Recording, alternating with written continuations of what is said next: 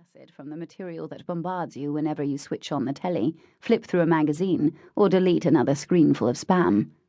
All right, in most circumstances it's still just about required for life's perpetuation, but we can lead perfectly healthy, and indeed happy existences, without nookie, whoopee, or bonking. People can and do go decades without sex. Some live their entire lives without it.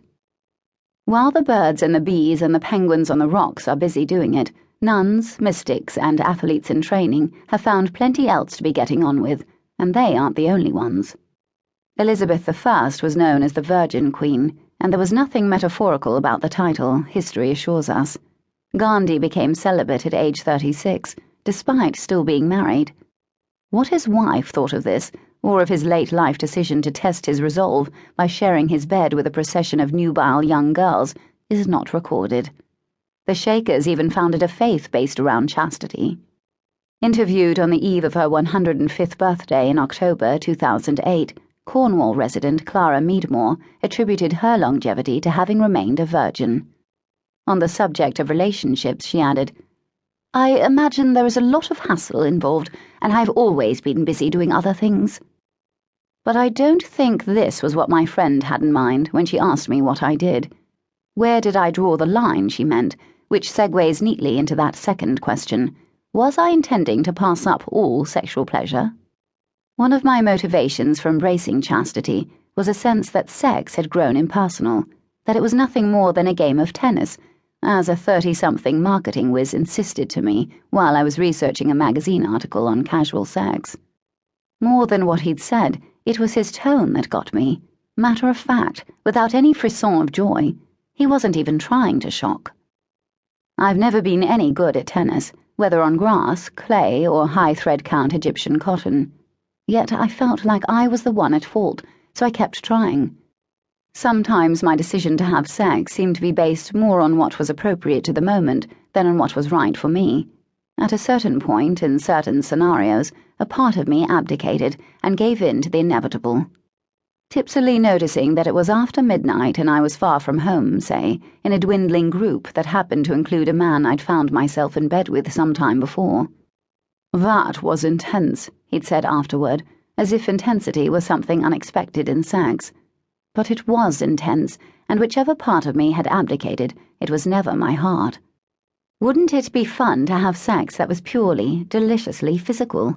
It would certainly smooth some of the more tempestuous aspects of dating, but at the same time, I secretly dreaded that I might finally get the hang of bedroom tennis. Once you've learned to separate sex from emotion, how simple is it to put them back together? So when it came to making rules for my experiment, they were unabashedly personal. What I discovered was that I could deal with any amount of orgasmic foreplay along the way, but it was last base, what sex ed instructors brave sniggers to term penile penetration, that tipped me over the edge. I had given something of myself, and accordingly, that was the moment at which I started needing more than I might ever have wanted from the man in question, the moment he went, in my eyes, from being an unassuming frog to being a shiny prince. It seemed illogical, possibly also biological, psychological, sociological. And yes, it had to do with numbers as well, those tallies we each carry around with us, inscribed in our minds, because they don't always belong in our hearts, in the faintest pencil, lest anyone see them. Mine is a greater number than I'd like, and contains some names I'd rather forget. I won't tell you exactly what it is, because a note of coyness here seems more instructive. While we're no longer supposed to be judged for our sexual conduct, we all know that the double standard lingers on. Even if men have got over it, we women have not. A tiny bit of me can't help judging myself, nor presumably can those women who consistently shave their own tallies in sex surveys. Perhaps it's just that we know that not every one of those strikes is without regret, that as we count them off, we pause over this one or that, recalling how the fun was seasoned with something that made us feel less good about ourselves.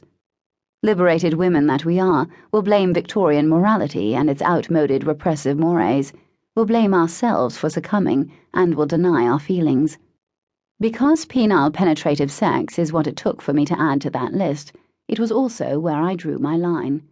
And put in such blunt terms, well, it didn't sound all that desirable.